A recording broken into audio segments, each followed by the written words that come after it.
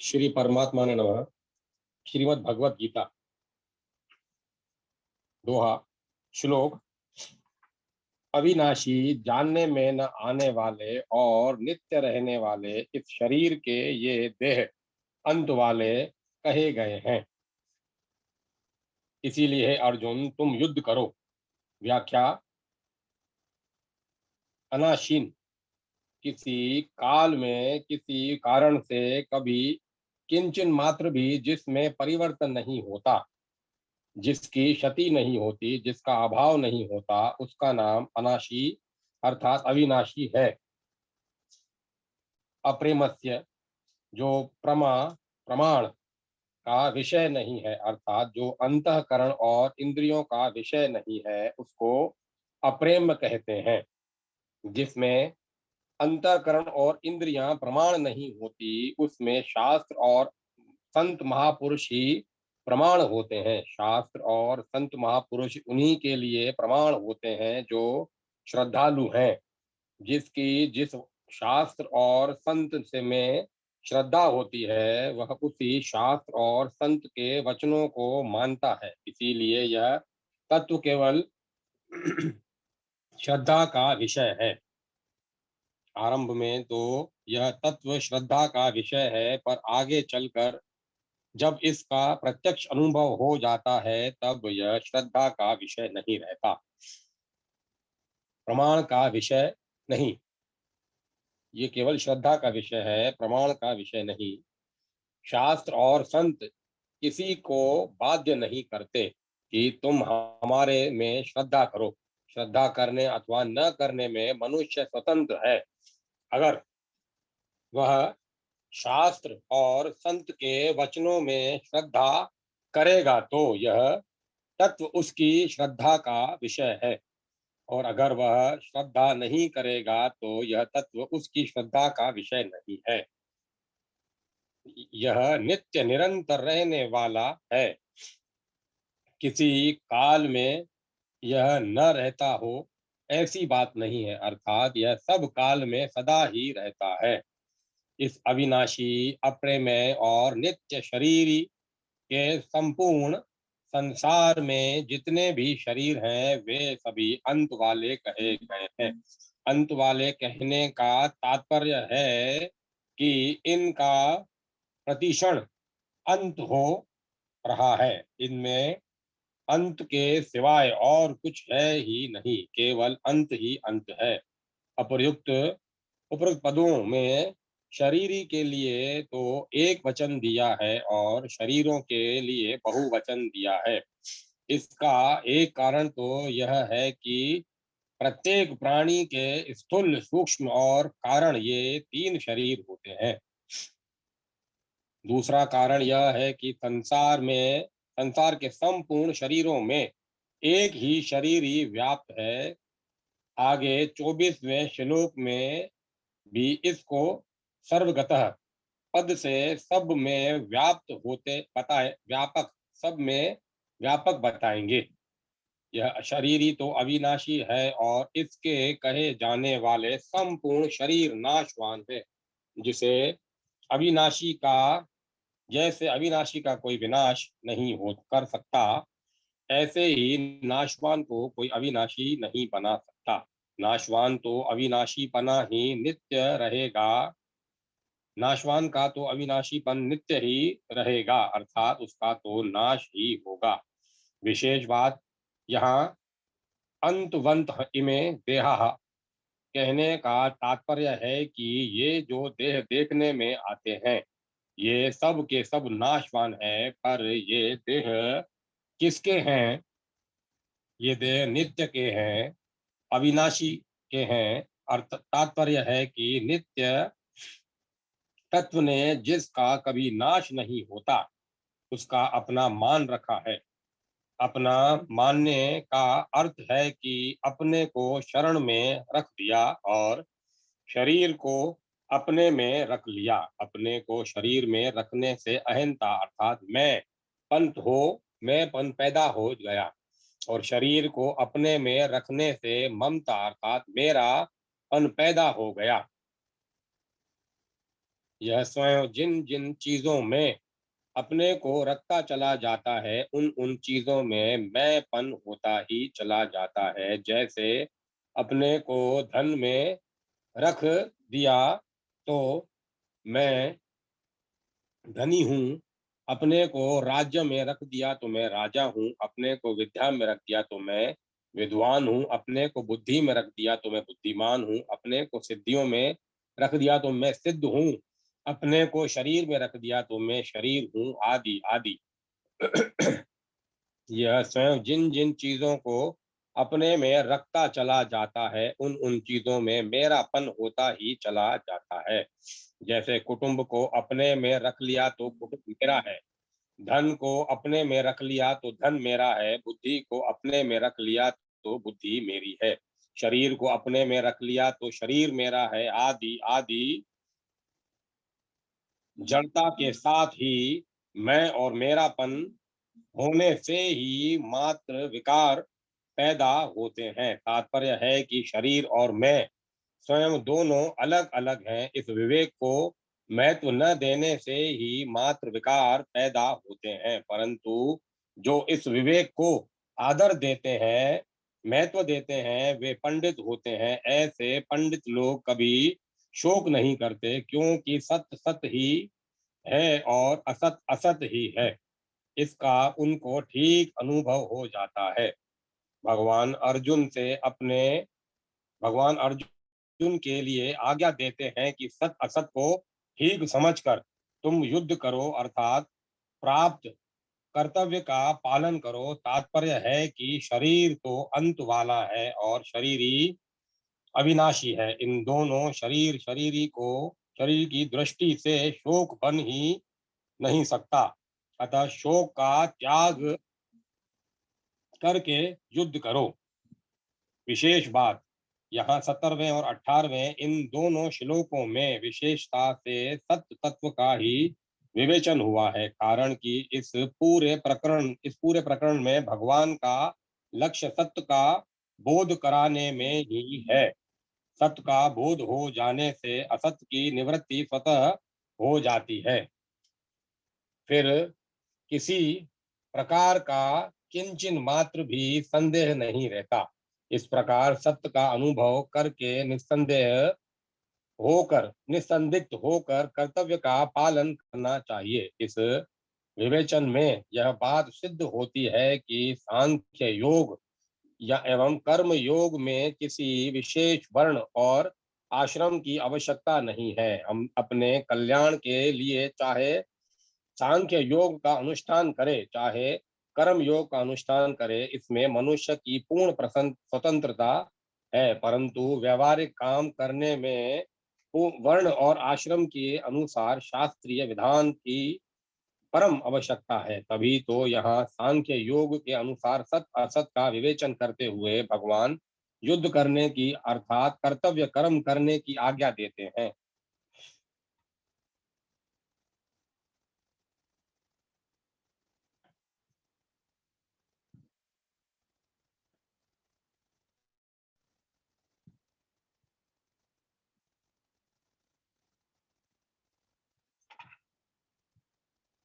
आगे 13वें अध्याय में जहाँ ज्ञान के साधनों का वर्णन किया गया है, आसक्ति वहां भी कहकर पुत्र स्त्री घर आदि की आसक्ति का निषेध किया है। अगर सन्यासी ही सांख्य योग के अधिकारी होते तो पुत्र स्त्री घर आदि में आसक्ति रहित होने के लिए कहने की आवश्यकता ही नहीं थी, क्योंकि सन्यासी के पुत्र स्त्री आदि होते ही नहीं। इस तरह गीता पर विचार करने से सांख्य योग एवं कर्म योग दोनों परमात्म प्राप्ति के स्वतंत्र साधन सिद्ध हो जाते हैं। ये किसी वर्ण और आश्रम पर किंचन मात्र भी अवलंबित नहीं है। परिशिष्ट भाव भगवान ने अपने उपदेश के आरंभ में गतासुन मृत और अगतासुन जीवित दोनों प्राणियों को अशोच्य बताया, फिर 12वें 13वें श्लोक में गतासुन को अशोच बताने के लिए सत्य नित्य का वर्णन किया और 14वें 15वें श्लोक में अगाता अगतासुन को अशोच बताने के लिए असत अनित्य का वर्णन किया।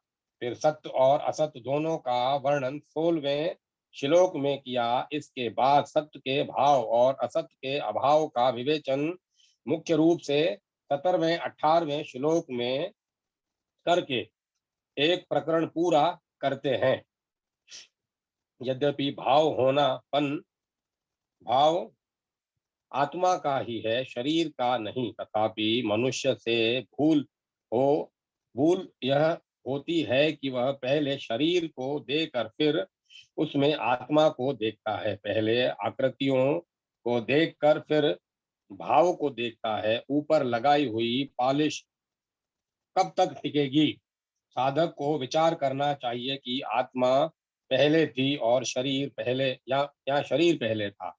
विचार करने पर सिद्ध होता है कि आत्मा पहले है, शरीर पीछे है, भाव पहले है, आकृति पीछे है। इसीलिए साधक की दृष्टि पहले भाव रूप आत्मा या स्वयं की तरफ जानी चाहिए, शरीर की तरफ नहीं।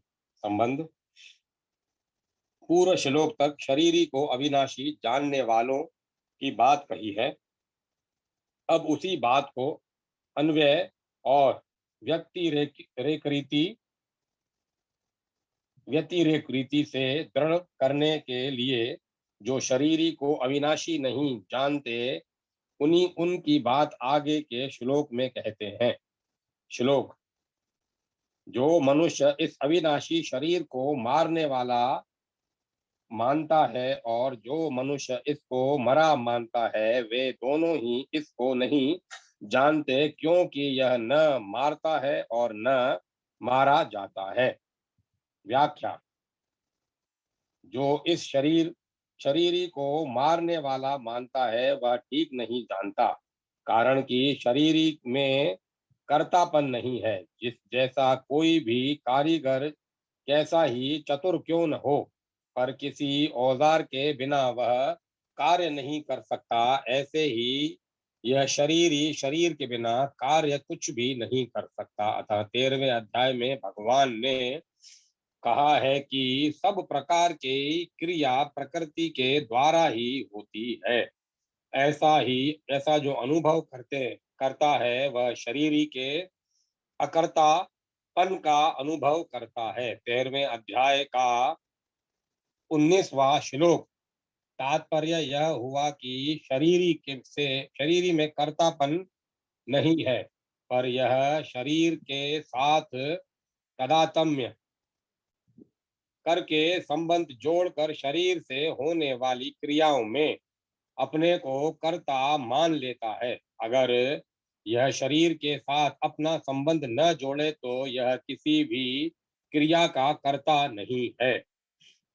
जो इसको मरा मानता है, वह भी ठीक नहीं जानता। जैसे यह शरीरी मारने वाला नहीं है, ऐसे ही यह मरने वाला भी नहीं है, क्योंकि इसमें कभी कोई विकृति नहीं आती। जिसमें विकृति आती है, परिवर्तन होता है, अर्थात जो उत्पत्ति विनाशशील होता है, वही मर सकता है। वे दोनों ही नहीं जानते, अर्थात जो इस शरीर को मारने वाला मानता है, वह भी ठीक नहीं जानता, और जो इसको मरने वाला मानता है, वह भी ठीक नहीं जानता। जहां यहाँ प्रश्न होता है कि जो इस शरीरी को मारने वाला और मरने वाला दोनों मानता है, क्या वह ठीक जानता है? इसका उत्तर है कि वह भी ठीक नहीं जानता, कारण कि यह शरीरी वास्तव में ऐसा नहीं है। यह नाश करने वाला भी नहीं है और नष्ट होने वाला भी नहीं है। यह निर्विकार रूप से नित्य निरंतर ज्यों का त्यों रहने वाला है। अतः इस शरीर को लेकर शोक नहीं करना चाहिए। अर्जुन के सामने युद्ध का प्रसंग होने से ही यहाँ शरीरी को मरने मारने की क्रिया से रहित बताया गया है। वास्तव में यह संपूर्ण क्रियाओं से रहित है। परिशिष्ट भाव, यह शरीरी न तो किसी को मारता है और न किसी से मारा ही जाता है। इसका तात्पर्य है कि शरीरी किसी क्रिया का कर्ता भी नहीं है तथा कर्म भी नहीं है और इसमें कोई विकार भी नहीं आता। जो मनुष्य शरीर की तरह शरीरी को भी मारने वाला तथा मरने वाला मानते हैं, वे वास्तव में शरीर और शरीरी के विवेक को महत्व नहीं देते, इसमें स्थित नहीं होते। प्रत्येक अविवेक को महत्व देते हैं, प्रतियुक्त अविवेक को महत्व देते हैं। संबंध, यह शरीरी मरने वाला क्यों नहीं है, इसके उत्तर में कहते हैं। श्लोक, यह शरीरी न कभी जन्मता है और न मरता है तथा यह उत्पन्न होकर फिर होने वाला नहीं है। यह जन्म रहित नित्य निरंतर रहने वाला शाश्वत और अनादि है। शरीर के मारे जाने पर भी यह नहीं मारा जाता। व्याख्या, शरीर में 6 विकार होते हैं: उत्पन्न होना, सत्ता वाला, दिखने वाला, बदलना, बढ़ना, घटना और नष्ट होना। यह शरीरी इन 6 विकारों से रहित है। यही बात भगवान इस श्लोक में बता रहे हैं। जैसे शरीर उत्पन्न होता है, ऐसे यह शरीर ही कभी भी किसी भी समय में उत्पन्न नहीं होता। यह तो सदा से ही है। भगवान ने इस शरीर को अपना अंश बताते हुए इसको सनातन कहा है। यह शरीर कभी मरता भी नहीं। मरता वही है जो पैदा होता है और मर्यते का प्रयोग भी वही होता है जहाँ पिंड प्राण का वियोग होता है। पिंड प्राण का वियोग शरीर में होता है, परंतु शरीरी में संयोग वियोग दोनों ही नहीं होते। यह ज्यों का त्यों ही रहता है, इसका मरना होता ही नहीं। सभी विकारों में जन्मना और मरना, यह 2 विकार ही मुख्य हैं।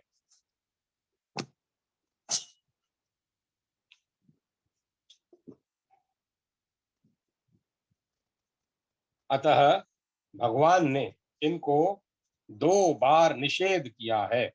जिसको पहले न जायते कहा, उसी को दोबारा अज कहा है, और जिसको पहले न म्रियते कहा, उसी को दोबारा न हन्यते हन्माने शरीरे कहा।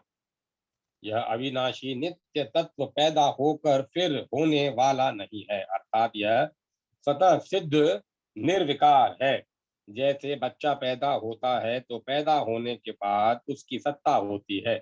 जब तक वह गर्भ में नहीं आता तब तक बच्चा है, ऐसी उसकी सत्ता होनापन कोई भी नहीं कहता। तात्पर्य है कि बच्चे की सत्ता पैदा होने के बाद होती है, क्योंकि यह उस विकारी सत्ता का आदि और अंत होता है। परंतु इस नित्य तत्व की सत्ता स्वतः सिद्ध और निर्विकार है, क्योंकि इस अविकारी सत्ता का आरंभ और अंत नहीं होता। अज, इस शरीर का कभी जन्म नहीं होता, इसीलिए यह अज अर्थात जन्म रहित कहा गया है। नित्य, यह शरीर ही नित्य निरंतर रहने वाला है, अतः इसका कभी अपक्षय नहीं होता। अपक्षय तो अनित्य वस्तु में होता है जो कि निरंतर रहने वाली नहीं है। जैसे आदि उम्र बीतने पर शरीर घटने लगता है, बल क्षीण होने लगता है, इंद्रियों की शक्ति कम होने लगती है, इस प्रकार शरीर, इंद्रियां, अंतःकरण आदि का तो अप अपक्षय होता है, पर शरीरी का अपक्षय नहीं होता। इस नित्य तत्व में कभी किंचन मात्र भी कमी नहीं आती। यह नित्य तत्व निरंतर एक रूप एक रस रहने वाला है। इसमें अवस्था का परिवर्तन नहीं होता, अर्थात यह अर्थात यह कभी बदलता नहीं। इसमें बदलने की योग्यता है ही नहीं। यह अविनाशी तत्व पुराना अर्थात अनादि है।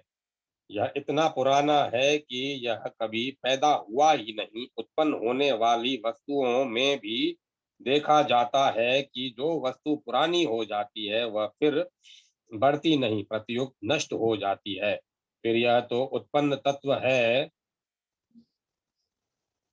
फिर यह तो अनुत्पन्न तत्व है, इसमें बढ़ना रूप विकार कैसे हो सकता है?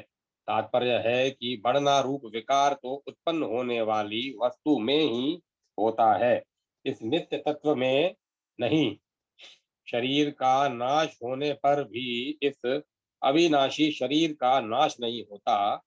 यहाँ शरीर पद देने का तात्पर्य है कि यह शरीर नष्ट होने वाला है। इस नष्ट होने वाले शरीर में ही छह विकार होते हैं, शरीरी में नहीं। इन पदों में भगवान ने शरीर और शरीरी का जैसा स्पष्ट वर्णन किया है, ऐसा स्पष्ट वर्णन गीता में दूसरी जगह नहीं आया है। अर्जुन युद्ध में कुटुंबियों के मरने की आशंका से विशेष शोक कर रहे थे। उस शोक को दूर करने के लिए भगवान कहते हैं कि शरीर के मरने पर भी इस शरीरी का मरना नहीं होता, अर्थात इसका अभाव नहीं होता। इसीलिए शोक करना अनुचित है। परिशिष्ट भाव हमारा स्वयं का और शरीर का स्वभाव बिल्कुल अलग अलग है। हम शरीर के साथ चिपके हुए नहीं हैं, शरीर से मिले हुए नहीं हैं। शरीर हमारे साथ चिपका हुआ नहीं है, हमारे से मिला हुआ नहीं है। इसीलिए शरीर के न रहने पर हमारा कुछ भी बिगड़ता नहीं है। अब तक हम असंख्य शरीर धारण करके छोड़ चुके हैं, पर उससे हमारी सत्ता में क्या फर्क पड़ा, हमारा क्या नुकसान हुआ? हम तो ज्यों के त्यों ही रहे।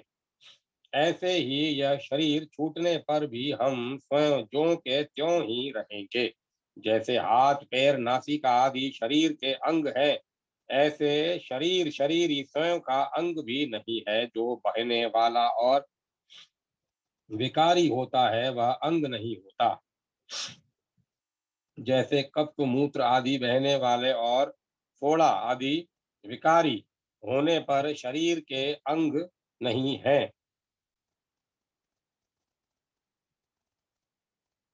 ऐसे ही शरीर बहने वाला परिवर्तनशील और विकारी होने से शरीरी का अंश नहीं है। संबंध 19वें श्लोक में भगवान ने बताया है कि शरीरी न तो मरता है और न शरीरी न तो मारता है और न मरता ही है। इसमें तनिक भी इसमें मरने का निषेध तो 20वें श्लोक में कर दिया है। अब मारने का निषेध करने के लिए आगे का श्लोक कहते हैं। श्लोक: हे प्रथानंदन, जो मनुष्य इस शरीरी को अविनाशी इस शरीरी को अविनाशी, नित्य, जन्म रहित और अव्यय जानता है, वह कैसे किसको मारे और कैसे किसको मरवाए।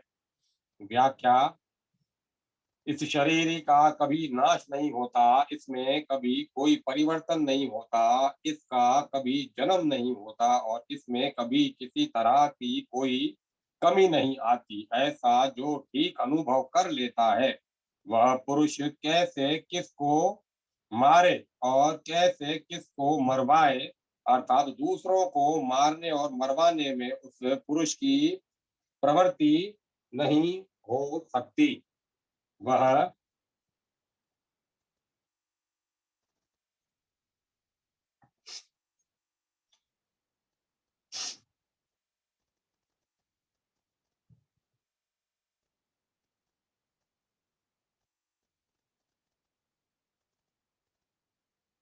वह किसी क्रिया का न तो कर्ता बन सकता है और न कार्यता बन सकता है।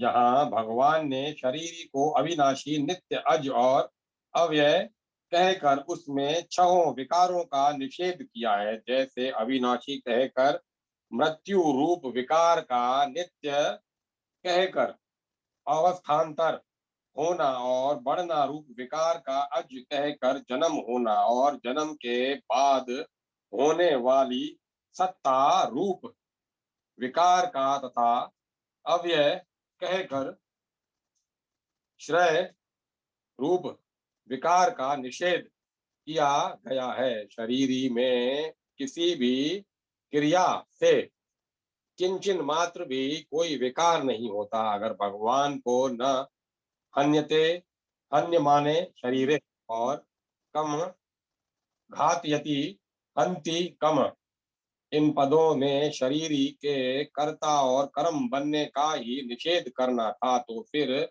यहाँ करने न करने की बात न कहकर मरने मारने की बात क्यों कही? इसका उत्तर है कि युद्ध का प्रसंग होने से यहाँ यह कहना जरूरी है कि शरीरी युद्ध में मारने वाला नहीं बनता, क्योंकि इसमें कर्तापन नहीं है। जब शरीरी मारने वाला अर्थात कर्ता नहीं बन सकता, तब यह मारने वाला अर्थात क्रिया का विषय कर्म भी कैसे बन सकता है? तात्पर्य है कि यह शरीरी किसी भी क्रिया का कर्ता और कर्म नहीं बनता। अतः मरने मारने में शोक नहीं करना चाहिए। प्रत्युक्त शास्त्र की आज्ञा के अनुसार प्राप्त कर्तव्य कर्म का पालन करना चाहिए। परिशिष्ट भाव। उत्पन्न होने वाली वस्तु, उत्पन्न होने वाली वस्तु तो स्वतः मिटती है, उसको मिटना ही पड़ता है। जो वस्तु उत्पन्न होती है वह कभी, जो वस्तु उत्पन्न नहीं होती, उत्पन्न होने वाली वस्तु तो स्वतः मिटती है, उसको मिटना ही पड़ता है, पर जो वस्तु उत्पन्न नहीं होती वह कभी मिटती ही नहीं। हमने 84 लाख शरीर धारण किए, पर कोई भी शरीर हमारे साथ नहीं रहा, और हम किसी भी शरीर के साथ नहीं रहे, किंतु हम ज्यों के त्यों अलग रहे। यह जानने की विवेक शक्ति उन शरीरों में नहीं थी, प्रत्युक्त उस इस मनुष्य शरीर में ही है। अगर हम इसको नहीं जानते तो भगवान के दिए विवेक का निराधार करते हैं। संबंध। पूर्व श्लोक में दोहे की निर्विकारता का जो वर्णन हुआ है, आगे के श्लोक में उसी का दृष्टांत रूप में वर्णन करते हैं। श्लोक। मनुष्य जैसे पुराने कपड़े को छोड़कर दूसरे नए कपड़े धारण कर लेता है, ऐसे ही देही पुराने शरीरों को छोड़कर दूसरे नए शरीरों में चला जाता है। व्याख्या। इसी अध्याय के 13वें श्लोक में सूत्र रूप से कहा गया था कि देहांतर की प्राप्ति के विषय में धीर पुरुष शोक नहीं करते। अब उसी बात को उदाहरण देकर स्पष्ट रूप से कह रहे हैं कि जैसे पुराने कपड़ों के परिवर्तन पर मनुष्य को शोक नहीं होता, ऐसे ही शरीरों के परिवर्तन पर भी शोक नहीं होना चाहिए। कपड़े मनुष्य ही बदलते हैं, पशु पक्षी नहीं। अतः यहाँ कपड़े बदलने के उदाहरण में नर पद दिया है। यह नर पद मनुष्य योनि का वाचक है, और इसमें स्त्री पुरुष बालक बालिकाएं जवान बूढ़े आदि सभी आ जाते हैं। जैसे मनुष्य पुराने कपड़ों को छोड़कर दूसरे नए कपड़ों को धारण करता है, ऐसे ही यह देही पुराने शरीरों को छोड़कर दूसरे नए शरीरों को धारण करता है। पुराना शरीर छोड़ने को मरना कह देते हैं, और नया शरीर धारण करने को जन्मना कह देते हैं। जब तक प्रकृति के साथ संबंध रहता है, तब तक यह देही पुराने शरीरों को छोड़कर कर्मों के अनुसार या अंतकालीन चिंतन के अनुसार नए नए शरीरों को प्राप्त होता रहता है। यहाँ शरीराणी पद में बहुवचन देने का तात्पर्य है कि जब तक शरीर को अपने वास्तविक स्वरूप का यथार्थ बोध नहीं होता, तब तक यह शरीरी अनंत काल तक शरीर धारण करते ही रहता है। आज तक इसने कितने शरीर धारण किए हैं, इसकी गिनती भी संभव नहीं है। इस बात को लक्ष्य में रखकर शरीराणी पद में बहुवचन का प्रयोग किया गया है तथा संपूर्ण जीवों को लक्ष्य कराने के लिए यहाँ देही पद आया है। यहाँ श्लोक के पूर्वार्ध में जो जीर्ण कपड़ों की बात कही है और उत्तरार्ध में जीर्ण शरीरों की, जीर्ण कपड़ों का दृष्टांत शरीरों में कैसे लागू होगा, कारण कि शरीर तो बच्चों और जवानों के भी मर जाते हैं, केवल बूढ़ों के जीर्ण शरीर मर जाते हों यह बात तो है नहीं। इसका उत्तर यह है कि शरीर तो आयु समाप्त होने पर ही मरता है और आयु समाप्त होना ही शरीर का जीर्ण होना है। शरीर चाहे बच्चे का हो, चाहे जवानों का हो, चाहे वृद्धों का हो, आयु समाप्त होने पर वे सभी जीर्ण ही कहलाएंगे। इस श्लोक में भगवान ने यथा और तथा पद देकर कहा है कि जैसे मनुष्य पुराने कपड़ों को छोड़कर नए कपड़े धारण कर लेता है, वैसे ही यह देही पुराने शरीरों को छोड़कर नए शरीरों में चला जाता है। यहाँ एक शंका होती है, जैसे कुमार, युवा और वृद्ध अवस्थाएं अपने आप होती है, वैसे ही देहांतर की प्राप्ति अपने आप होती है। जैसे अध्याय का 13वां श्लोक, यहाँ तो यथा जैसे और तथा वैसे घट जाते हैं, परंतु इस श्लोक में पुराने कपड़ों को छोड़ने में और नए कपड़े धारण करने में तो मनुष्य की स्वतंत्रता है, पर पुराने शरीरों को छोड़ने में और नए शरीर धारण करने में देही की स्वतंत्रता नहीं है।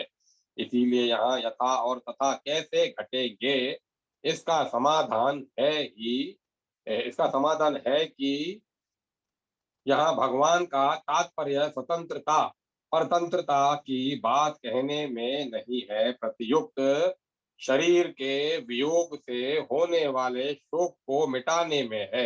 जैसे पुराने कपड़ों को जैसे पुराने कपड़ों को छोड़कर नए कपड़े धारण करने पर भी धारण करने वाला मनुष्य वही रहता है, वैसे ही पुराने शरीरों को छोड़कर नए शरीर में चले जाने पर भी देही ज्यों का त्यों निर्लिप्त रूप से रहता है। अतः शोक करने की कोई बात है ही नहीं। इस दृष्टि से यह दृष्टांत ठीक ही है। दूसरी शंका यह होती है कि पुराने कपड़े छोड़ने में और नए कपड़े धारण करने में तो सुख होता है, पर पुराने शरीर छोड़ने में और नए शरीर धारण करने में दुख होता है। अतः यहाँ यथा और तथा कैसे घटेंगे, इसका समाधान यह है कि शरीरों को मरने का जो दुख होता है वह मरने से नहीं होता, प्रत्युक्त जीने की इच्छा से होता है। मैं जीता रहूं, ऐसे ही जीने की इच्छा भीतर में रहती है और मरना पड़ता है तब दुख होता है। तात्पर्य यह हुआ कि जब मनुष्य शरीर के साथ एकात्मता कर लेता है, तब वह शरीर के मरने से अपना मरना मान लेता है और दुखी होता है। परंतु जो शरीर के साथ अपनी एकात्मता नहीं मानता, वह मरने में दुख नहीं होता, उसको मरने में दुख नहीं होता, प्रत्युक्त आनंद होता है। जैसे मनुष्य कपड़ों के साथ अपनी एकात्मता नहीं मानता, तो कपड़ों को बदलने में उसको दुख नहीं होता है, कारण कि वहां उसका यह विवेक स्पष्टतया जागृत रहता है कि कपड़े अलग हैं और मैं अलग हूँ। परंतु वही कपड़ों को बदलना अगर छोटे बच्चों का किया जाए, तो वह पुराने कपड़े उतारने में और नए कपड़े धारण करने में भी रोता है। उसका यह दुख केवल मूर्खता से, नासमझी से होता है। इस मूर्खता को मिटाने के लिए ही भगवान ने यहाँ यथा और तथा पद देकर कपड़ों का दृष्टांत दिया है। यहाँ भगवान ने कपड़ों के धारण करने में तो गृणाति धारण करता है क्रिया दी है, पर शरीरों के धारण करने में संयाति जाता है क्रिया दी। ऐसा क्रिया भेद भगवान ने क्यों दिया, क्यों किया? लौकिक दृष्टि से बेसमझी के कारण ऐसा दिखता है कि मनुष्य अपनी जगह रहता हुआ ही कपड़ों को धारण करता है और देहांतर की प्राप्ति में देही को उन उन देहों में जाना पड़ता है। इस लौकिक दृष्टि को लेकर ही भगवान ने क्रिया भेद किया है। विशेष बात, गीता में एन सर्वमिंदम कतम नित्यः सर्वगतः स्थाणुः आदि पदों से देही को सर्वत्र व्याप्त, नित्य, सर्वगत और स्थिर स्वभाव वाला बताया तथा संयति नवानी देही शरीरम यादवा प्रोति आदि पदों से देहों को दूसरे शरीरों में जाने की बात कही गई है। अतः जो सर्वगत है, सर्वत्र व्याप्त है, उसका आना जाना आना कैसे? क्योंकि जो जिस देश में न हो उस देश में चला जाए तो उसको तो इसको जाना कहते हैं, और जो दूसरे देश में है वह इस देश में आ जाए तो इसको आना कहते हैं। परंतु देही के विषय में तो ये दोनों ही बातें नहीं घटती। उसका इसका समाधान यह है कि जैसे किसी की बाल्यावस्था से युवा अवस्था हो जाती है तो वह कहता है कि मैं जवान हो गया हूँ, परंतु वास्तव में वह स्वयं जवान नहीं हुआ है। उस प्रत्युक्त उसका शरीर जवान हुआ है। इसीलिए बाल्यावस्था में जो वह था, युवा अवस्था में भी वह वही है, परंतु शरीर से तदात्म्य मानने के कारण वह शरीर के परिवर्तन को अपने में आरोपित कर लेता है। ऐसे ही आना जाना वास्तव में शरीर का धर्म है, पर शरीर के साथ तदात्म्य होने से वह अपने में आना जाना मान लेता है। अतः वास्तव में देही का कहीं भी आना जाना नहीं होता, केवल शरीरों के तदात्म्य के कारण उसका आना जाना प्रतीत होता है। अब यह प्रश्न होता है कि अनादि काल से जो जन्म मरण चला आ रहा है उसमें कारण क्या है? कर्मों की दृष्टि से तो शुभाशुभ कर्मों का फल भोगने के लिए जन्म मरण होता है। ज्ञान की दृष्टि से अज्ञान के कारण जन्म मरण होता है, और भक्ति की दृष्टि से भगवान की विमुक्ता के कारण जन्म मरण होता है। इन तीनों में भी मुख्य कारण है कि भगवान ने जीव को जो स्वतंत्रता दी है उसका सदुपयोग करने से ही जन्म मरण हो रहा है। अब वह जन्म मरण मिटे कैसे? मिली हुई स्वतंत्रता का सदुपयोग करने से जन्म मरण मिट जाएगा। तात्पर्य है कि अपने स्वार्थ के लिए कर्म करने से जन्म मरण हुआ है, अतः अपने स्वार्थ का त्याग करने करके दूसरों के हित के लिए कर्म करने से जन्म मरण मिट जाएगा। अपनी जानकारी का आदर करने से जन्म मरण हुआ है, अतः अपनी जानकारी का आदर करने से जन्म मरण मिट जाएगा। भगवान से विमुख होने से जन्म मरण हुआ है, अतः भगवान से सम्मुख होने से जन्म मरण मिट जाएगा। परिशिष्ट भाव, मनुष्य नई नई वस्तु चाहता है तो भगवान भी उसको नई नई वस्तु शरीर आदि सामग्री देते रहते हैं। शरीर बूढ़ा हो जाता है तो भगवान उसको नया शरीर दे देते हैं। अतः नई नई इच्छा करना ही जन्म मरण का हेतु है। नई नई इच्छा करने वाले को अनंत काल तक नई नई वस्तु मिलती ही रहेगी। मनुष्य में एक इच्छा शक्ति है, एक प्राण शक्ति है। इच्छा शक्ति के रहते हुए प्राण शक्ति नष्ट हो जाती है, तब नया जन्म होता है। अगर इच्छा शक्ति न रहे तो प्राण शक्ति नष्ट होने पर भी पुनः जन्म नहीं होता। कोई भी दृष्टांत केवल एक अंश में घटता है, सर्वथा नहीं घटता। यहाँ पुराने कपड़े छोड़कर नए कपड़े बदलने का दृष्टांत केवल इस अंश में है कि जैसे आदमी अनेक कपड़े बदलने पर भी एक ही रहता है, वैसे ऐसे ही शरीर अनेक योनियों में अनेक शरीर का धारण करने पर भी एक वही का वही रहता है। जैसे पुराने कपड़ों को छोड़ने से हम मर नहीं जाते और नए कपड़े धारण करने से हम पैदा नहीं हो जाते, ऐसे ही पुराने शरीर को छोड़ने से हम मर नहीं जाते और नया शरीर धारण करने से हम पैदा नहीं हो जाते। तात्पर्य यह है कि शरीर मरता है, हम नहीं मरते। अगर हम मर जाए तो फिर पुण्य पाप का फल कौन भोगेगा? अन्य योनियों में कौन जाएगा? बंधन किसका होगा? मुक्त कौन होगा? संबंध पहले दृष्टांत रूप से शरीर की निर्विकारता का वर्णन करके अब आगे के 3 श्लोकों में उसी का प्रकारांतर प्रकारांतर से वर्णन करते हैं।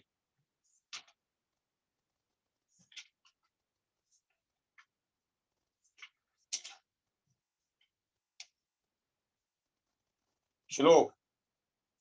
शास्त्र और शरीरी को शस्त्र इस शरीर को काट नहीं सकते, अग्नि इसको जला नहीं सकती, जल इसको गीला नहीं कर सकता और वायु इसको सुखा नहीं सकती।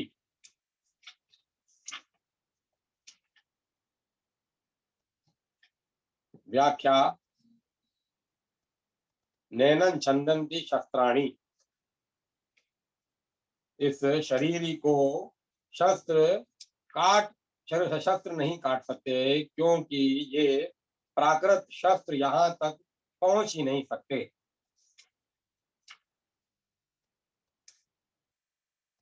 जितने भी शस्त्र हैं वे सभी पृथ्वी तत्व से उत्पन्न होते हैं। वह यह पृथ्वी तत्व इस शरीर में किसी तरह का कोई विकार नहीं पैदा कर सकता।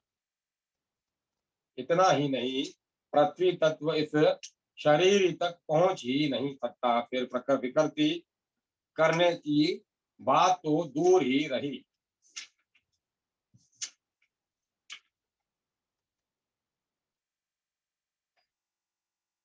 नैनं दहति पावकः, अग्नि इस शरीर को जला नहीं सकती, क्योंकि अग्नि यहाँ तक वहां तक पहुंच ही नहीं सकती। जब वहां तक पहुंच ही नहीं सकती, तब उसके द्वारा जलना कैसे संभव हो सकता है? तात्पर्य है कि अग्नि तत्व इस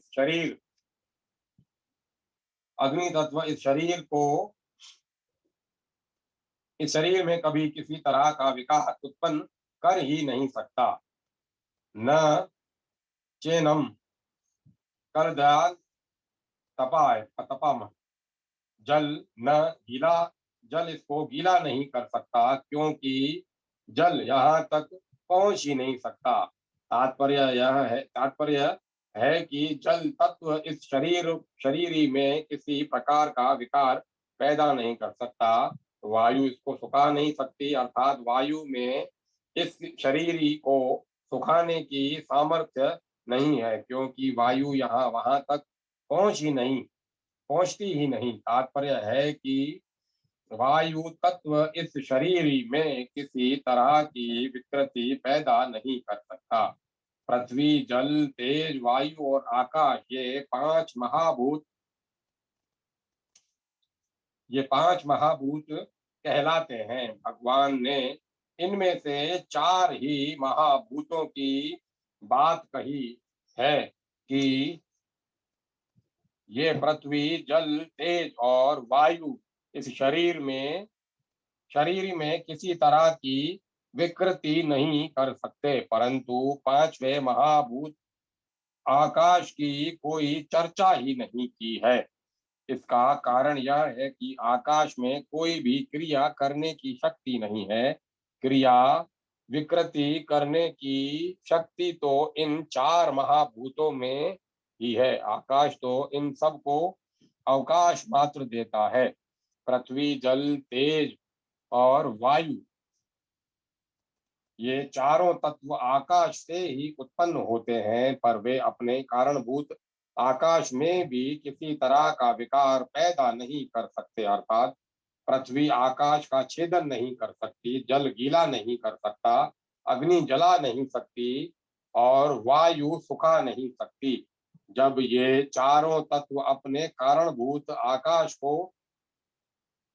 आकाश के कारणभूत महतत्व को और महतत्व के कारणभूत प्रकृति को भी कोई क्षति नहीं पहुंचा सकते, तब प्रकृति से सर्वथा अतीत शरीरी तक ये पहुंच ही कैसे सकते हैं। इन गुण युक्त पदार्थों की इस निर्गुण तत्व में पहुंच ही कैसे हो सकती है?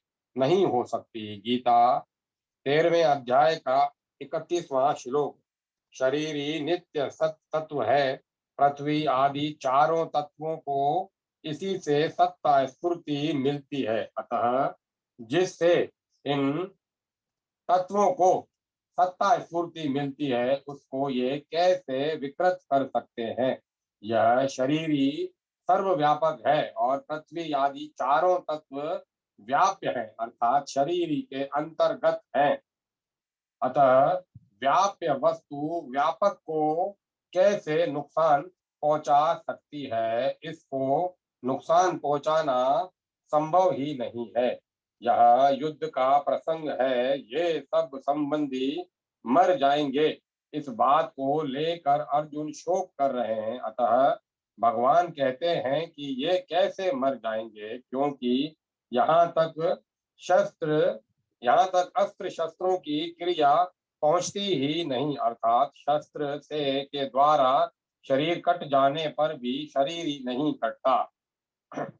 अन्यत्र अन्यस्त्र के द्वारा शरीर जल जाने पर भी शरीर ही नहीं जलता। वरुणास्त्र के द्वारा शरीर गल जाने पर भी शरीर ही नहीं गलता और वायव अस्त्र के द्वारा शरीर सूख जाने पर भी शरीर ही नहीं सूखता। तात्पर्य है कि अस्त्र शस्त्रों के द्वारा शरीर मर जाने पर भी शरीर ही नहीं मरता, प्रतियुक्त ज्यों का त्यों निर्विकार रहता है।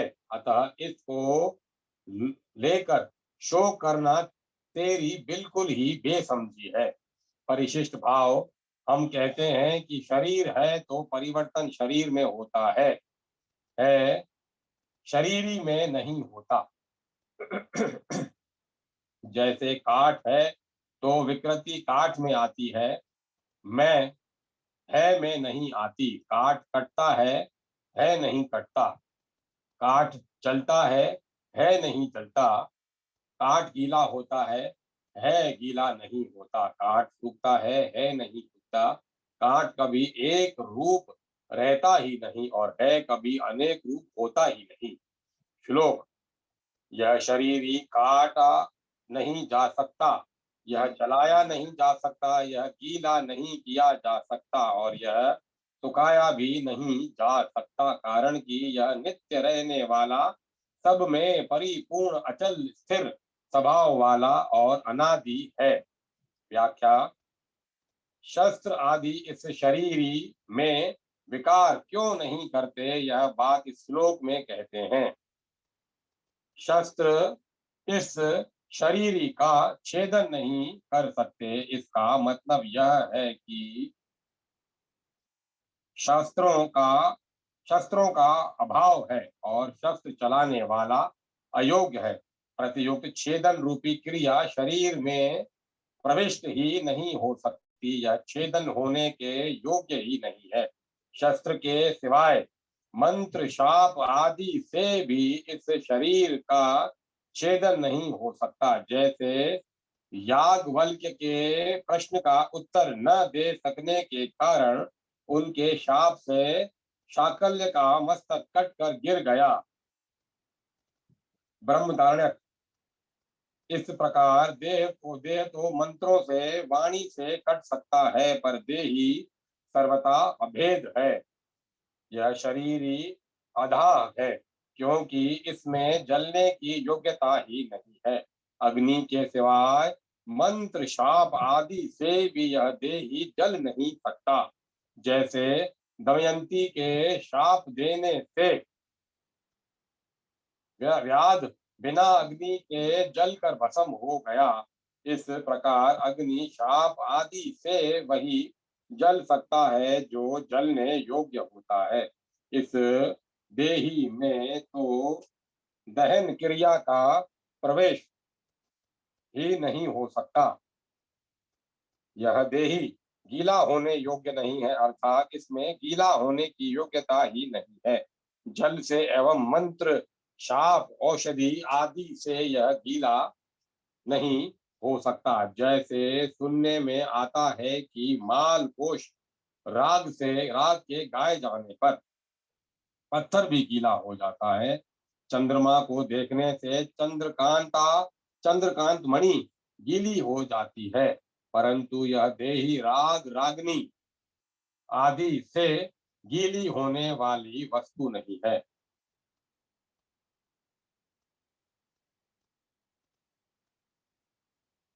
यह देही अशोच है, वायु से इसका शोषण हो जाए यह ऐसी वस्तु नहीं है, क्योंकि इसमें शोषण क्रिया का प्रवेश ही नहीं होता। वायु से तथा मंत्र शाप औषधि आदि से यह देही सूख नहीं सकता। जैसे अगस्त्य ऋषि समुद्र का शोषण कर गए, ऐसे ही देही का कोई अपनी शक्ति से शोषण नहीं कर सकता। अर्जुन नाश की संभावना को लेकर शोक कर रहे थे, इसीलिए शरीर को अच्छेद, अधाह, अकेलध और अशोच कहकर भगवान एवच पदों से विशेष जोर देकर कहते हैं कि शरीर तो ऐसा ही है, इसमें किसी भी क्रिया का प्रवेश नहीं होता, अतः यह शरीर शोक करने योग्य है ही नहीं। यह देही नित्य निरंतर रहने वाला है। यह किसी काल में नहीं था और किसी काल में नहीं रहेगा, ऐसी बात नहीं है, किंतु यह सब काल में नित्य निरंतर ज्यों का त्यों रहने वाला है। यह देही सब काल में ज्यों का त्यों ही रहता है। यह किसी देश में रहता होगा, इसके उत्तर में कहते हैं कि यह देही संपूर्ण व्यक्ति वस्तु शरीर आदि में एक रूप से विराजमान है। यह सर्वगत है, तो यह कहीं आता जाता भी होगा। इस पर कहते हैं कि यह देही स्थिर स्वभाव वाला है, अर्थात इसमें कभी यहाँ और कभी वहां इस प्रकार आने जाने की क्रिया नहीं है। यह स्थिर स्वभाव वाला है, कहीं आता जाता नहीं। यह बात ठीक है, पर इसमें कंपन तो होता होगा। जैसे वृक्ष एक जगह नहीं रहता, जैसे वृक्ष एक जगह ही रहता है, कभी कहीं भी आता जाता नहीं, पर वह एक जगह रहता हुआ भी हिलता है, वैसे ही इस देही में भी हिलने की क्रिया होती होगी। इसका उत्तर में कहते हैं कि इस यह देही स्थाणु है, अर्थात इसमें हिलने की क्रिया नहीं है। यह देही अचल है, स्थाणु है। यह बात तो ठीक है, पर यह कभी पैदा भी होता होगा। इस पर कहते हैं कि यह सनातन है, अनादि है, साथ सदा से है। यह किसी समय नहीं था, ऐसा संभव ही नहीं है। विशेष बात, यह संसार अनित्य है, एक क्षण भी स्थिर रहने वाला नहीं है,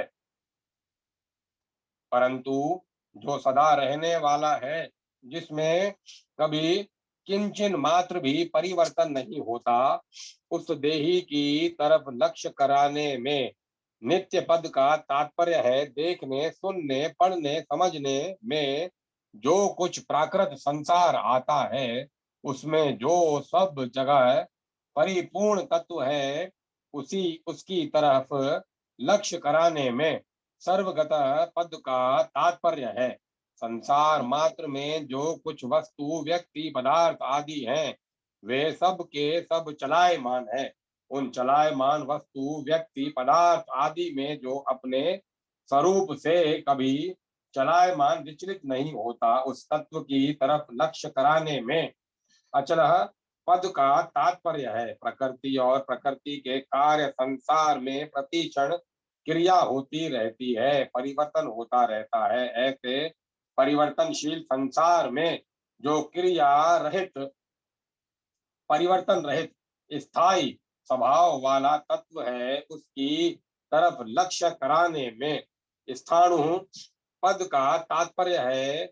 मात्र प्राकृत पदार्थ उत्पन्न और नष्ट होने वाले हैं तथा ये पहले भी नहीं थे और पीछे भी नहीं रहेंगे, परंतु जो न उत्पन्न होता है और न नष्ट ही होता है तथा जो पहले भी था और पीछे भी हरदम रहेगा उस तत्व देही की तरफ लक्ष्य कराने में सनातन पद का तात्पर्य है।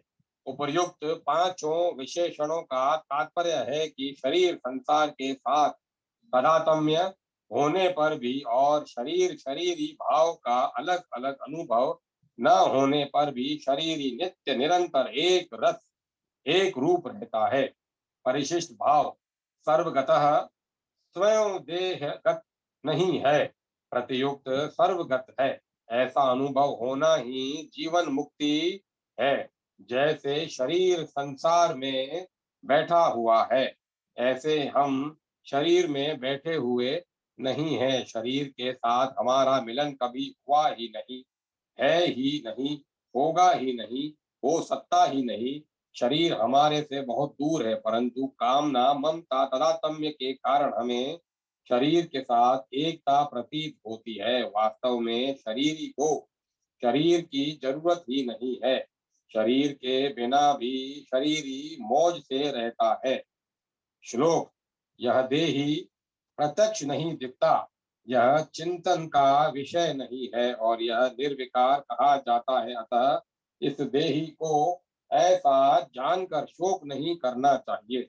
व्याख्या जैसे शरीर संसार स्थूल रूप से देखने में आता है वैसे यह शरीर स्थूल रूप से देखने में आने वाला नहीं है, क्योंकि यह स्थूल सृष्टि से रहित है।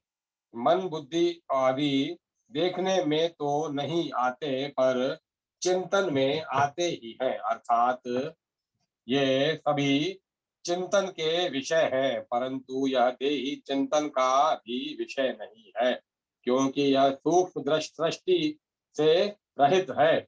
यह देही विकार रहित कहा जाता है और अर्थात इसमें कभी किंचन मात्र भी परिवर्तन नहीं होता। सबका कारण प्रकृति है, इस कारणभूत प्रकृति में भी विकृति होती है, परंतु इस देही में किसी प्रकार की विकृति नहीं होती, अर्थात यह कारण सृष्टि से रहित है।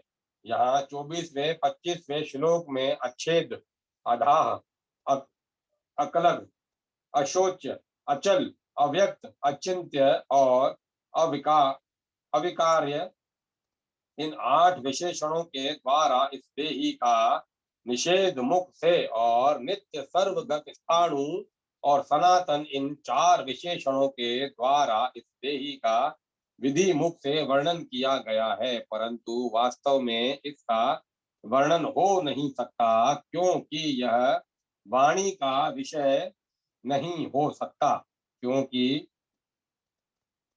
यह वाणी का विषय नहीं है। यह परंतु वास्तव में इसका वर्णन नहीं हो सकता, क्योंकि यह वाणी का विषय नहीं है। जिससे वाणी आदि प्रकाशित होती है उस देही को वे सब प्रकाशित कैसे कर सकते हैं। अतः इस देही का ऐसा अनुभव करना ही इसका वर्णन करना है। इसीलिए इस देही को अच्छेद, अशोच्य, नित्य, सनातन, अविकार्य आदि जान लें, अर्थात ऐसा अनुभव कर लें, तो फिर शोक हो ही नहीं सकता। संबंध अगर शरीरी को निर्विकार न मानकर विकारी मान लिया जाए, तो जो सिद्धांत से विरुद्ध है, तो भी शोक नहीं हो सकता, शोक नहीं हो सकता। यह बात आगे के 2 श्लोक में कहते हैं। श्लोक: हे महाबाहु, अगर तुम इस देही को नित्य पैदा होने वाला अथवा नित्य मरने वाला भी मानो, तो भी तुम्हें इस प्रकार शोक नहीं करना चाहिए। व्याख्या: भगवान यहाँ पक्षांतर में अथ च और मन्य से पद देकर कहते हैं कि यद्यपि सिद्धांत की और सच्ची बात यही है कि देह ही किसी भी काल में जन्मने मरने वाला नहीं है। गीता 2 अध्याय का 22वां श्लोक: तथापि अगर तुम सिद्धांत से बिल्कुल विरुद्ध बात भी मान लो कि देह ही नित्य जन्मने वाला और नित्य मरने वाला है, तो भी तुम्हें शोक नहीं होना चाहिए, कारण कि जो अजन्मेगा वह मरेगा, कारण कि जो जन्मेगा वह मरेगा ही, और जो मरेगा वह जन्मेगा ही। इस नियम को कोई टाल नहीं सकता। अगर बीज को पृथ्वी में बो दिया जाए, तो वह फूल कर अंकुर दे देता है, और वही अंकुर क्रमशः बढ़कर वृक्ष वृक्ष रूप हो जाता है। इसमें सूक्ष्म दृष्टि से देखा जाए, तो वह बीज एक क्षण भी एक रूप से रहा। पृथ्वी में वह पहले अपने कठोर रूप को छोड़कर कोमल रूप में हो गया, फिर कोमल रूप को छोड़कर अंकुर रूप में हो गया, इसके बाद अंकुर रूप को छोड़कर वृक्ष रूप में हो गया, और अंत में आयु समाप्त होने पर वह सूख गया। इस तरह बीज एक क्षण भी एक रूप नहीं रहा, प्रतियुक्त प्रति क्षण बदलता रहा।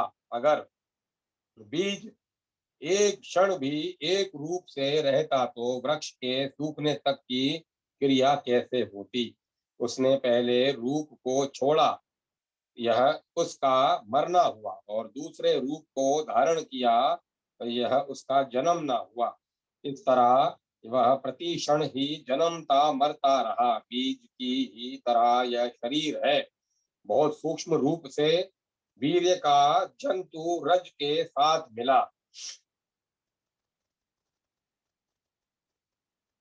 यह वह बढ़ते बढ़ते बच्चे के रूप में हो गया, और फिर जन्म हुआ। जन्म के बाद वह बढ़ा, फिर घटा, और अंत में मर गया। इस तरह शरीर एक क्षण भी एक रूप से न रहकर बदलता रहा, अर्थात प्रति क्षण जन्मता मरता रहा। भगवान कहते हैं कि अगर तुम शरीर की एक शरीर की तरह शरीर को भी नित्य जन्म में मरने वाला मान लो, तो भी यह शोक का विषय नहीं हो सकता। श्लोक: कारण की पैदा हुए की जरूर मृत्यु होगी, और मरे हुए का जरूर जन्म होगा। अतः इस जन्म मरण रूप परिवर्तन के प्रवाह का निवारण नहीं हो सकता। अतः इस विषय में तुम्हें शोक नहीं करना चाहिए। व्याख्या: पूर्व श्लोक के अनुसार अगर शरीरी को नित्य जन्म ने और मरने वाला भी मान लिया जाए, तो भी वह शोक का विषय नहीं हो सकता, कारण कि जिसका जन्म हो गया है वह जरूर मरेगा, और जो मर गया है वह जरूर जन्मेगा। इसीलिए कोई भी इस जन्म मृत्यु रूप प्रवाह का परिहार निवारण नहीं कर सकता, क्योंकि इसमें किसी का किंचन मात्र भी वश नहीं चलता। यह जन्म मृत्यु रूप प्रवाह को अनादि काल से चला आ रहा है, और अनंत काल तक चलता रहेगा। इस दृष्टि से तुम्हारे लिए शोक करना उचित नहीं है। ये धृतराष्ट्र के पुत्र जन्मे हैं, तो जरूर मरेंगे। तुम्हारे पास ऐसा कोई उपाय नहीं है जिससे तुम इनको बचा सको। जो मर जाएगा वे जरूर जन्मेंगे, इनको भी तुम रोक नहीं सकते, फिर शोक किस बात का? शोक उसी का कीजिए जो अनहोनी होए। अनहोनी होती नहीं, होनी होए सो, होनी है सो होए। जैसे इस बात को सब जानते हैं कि सूर्य का उदय हुआ है, तो उसका अस्त होगा ही, और अस्त हुआ होगा तो उसका उदय होगा ही। इसीलिए मनुष्य सूर्य का अस्त होने पर शोक चिंता नहीं करते। ऐसे ही है अर्जुन, अगर तुम ऐसा मानते हो कि शरीर के साथ ये भीष्म द्रोण आदि सभी मर जाएंगे, तो फिर शरीर के साथ जन्म भी जाएंगे। अतः इस दृष्टि से भी शोक नहीं हो सकता। भगवान ने इन दो 26वें 27वें श्लोकों में जो बात कही है वह भगवान का कोई वास्तविक सिद्धांत नहीं है। अतः अथ च पद लेकर भगवान ने दूसरे शरीरी को एक मानने वाले पक्ष की बात कही है कि ऐसा सिद्धांत तो है ही है नहीं, पर अगर तू ऐसा भी मान ले तो भी शोक करना उचित नहीं है। इन दो श्लोकों का तात्पर्य यह हुआ कि संसार की मात्र चीजें प्रतिक्षण परिवर्तनशील होने से पहले रूप को छोड़कर दूसरे रूप को धारण करती रहती है। इसमें पहले रूप को छोड़ना यह मरना हो जाएगा, और दूसरे रूप को धारण करना यह जन्मना हो जाएगा। इस प्रकार जो जन्मता है वही उसकी मृत्यु होती है, और जिसकी मृत्यु होती है वह फिर जन्मता है। यह प्रवाह तो हरदम चलता ही रहता है। इस दृष्टि से भी क्या शोक करे? परिशिष्ट भाव, किसी प्रियजन की मृत्यु हो जाए, धन नष्ट हो जाए तो मनुष्य को शोक होता है। ऐसे ही भविष्य को लेकर चिंता होती है कि अगर स्त्री मर गई तो क्या होगा, पुत्र मर गया तो क्या होगा आदि। ये शोक चिंता अपने विवेक को महत्व न देने के कारण ही होते हैं। संसार में परिवर्तन होना, परिस्थिति बदलना आवश्यक है। अगर परिस्थिति नहीं बदलेगी तो संसार कैसे चलेगा? मनुष्य बालक से जवान कैसे बनेगा? मूर्ख से विद्वान कैसे बनेगा? रोगी से निरोगी कैसे बनेगा? बीज का वृक्ष कैसे बनेगा? परिवर्तन के बिना संसार स्थिर चित्र की तरह बन जाएगा। वास्तव में मरने वाला परिवर्तनशील ही मरता है, रहने वाला कभी मरता ही नहीं। यह सबका प्रत्यक्ष अनुभव है कि मृत्यु होने पर शरीर तो हमारे सामने पड़ा रहता है, पर शरीर का मालिक जीवात्मा निकल जाता है। अगर इस अनुभव को महत्व दें तो फिर चिंता शोक हो ही नहीं सकते। बालिके बाली के मरने पर भगवान राम इसी अनुभव की और तारा का लक्ष्य कराते हैं। तारा बिकल दे ही रघुराया, दीन गयान हरि लीनी माया। क्षिति जल पावक गगन समीरा, पंच रचित अति अधम शरीरा। प्रगट सो तनु तब आगे सोवा, जीव नित्य के ही लगी तुम रोवा। उपजा ज्ञान चरण तब लागी, लीन सी परम भगति बर मांगी। मानस किष्किंधा कांड। विचार करना चाहिए कि जब 84 लाख योनियों से कोई भी शरीर नहीं रहा तो फिर यह शरीर कैसे रहेगा? और जब 84 लाख शरीर में मेरे नहीं मैं 84 शरीर में मेरे नहीं रहे, तो फिर यह शरीर मैं मेरा कैसे रहेगा? यह विवेक मनुष्य शरीर में हो सकता है, अन्य शरीर में नहीं। संबंध, पीछे के दो श्लोकों में पक्षांतर की बात कहकर अब भगवान आगे के श्लोक में बिल्कुल साधारण दृष्टि की बात कहते हैं।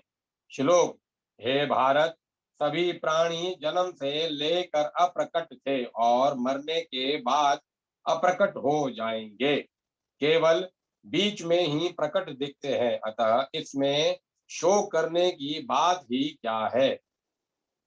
व्याख्या, देखने, सुनने और समझने में आने वाले जितने भी प्राणी शरीर आदि हैं, वे सब के सब जन्म से पहले प्रकट थे, अर्थात दिखते नहीं थे। ये सभी प्राणी मरने के बाद अप्रकट हो जाएंगे, अर्थात इनका नाश होने पर ये सभी नहीं में चले जाएंगे, दिखेंगे नहीं। ये सभी प्राणी बीच में अर्थात जन्म के बाद और मृत्यु के पहले प्रकट दिखाई देते हैं। जैसे सोने के पहले भी स्वप्न नहीं था और जागने पर भी स्वप्न नहीं रहा, ऐसे ही इन प्राणियों के शरीरों का पहले भी अभाव था और पीछे भी अभाव रहेगा, परंतु बीच में भाव रूप से दिखते हुए भी वास्तव में इनका प्रतिक्षण अभाव हो रहा है। जो आदि और अंत में नहीं होता वह बीच में भी नहीं होता, यह सिद्धांत है। यह सभी प्राणियों के शरीर पहले नहीं थे और पीछे नहीं रहेंगे, अतः वास्तव में वे बीच में भी नहीं है, परंतु यह शरीर ही पहले भी था और पीछे भी रहेगा, अतः वह बीच में भी रहेगा ही। निष्कर्ष यह निकला कि शरीरों का सदा अभाव है और शरीर का कभी भी अभाव नहीं है। इसीलिए इन दोनों के लिए शोक नहीं हो सकता। परिशिष्ट भाव जो आदि और अंत में नहीं है, उसका नहीं पना नित्य निरंतर है, तथा जो आदि और अंत में है, उसका है पना नित्य निरंतर है। जिसका नहीं पना नित्य निरंतर है वह असत शरीर है, और जिसका है पना नित्य निरंतर है वह सत शरीर ही है। असत्य के साथ हमारा नित्य वियोग है और सत्य के साथ हमारा नित्य योग है। अब मैं कथा को ही विराम देता हूँ। कल आगे अध्याय का आगे श्लोक का आनंद लेंगे।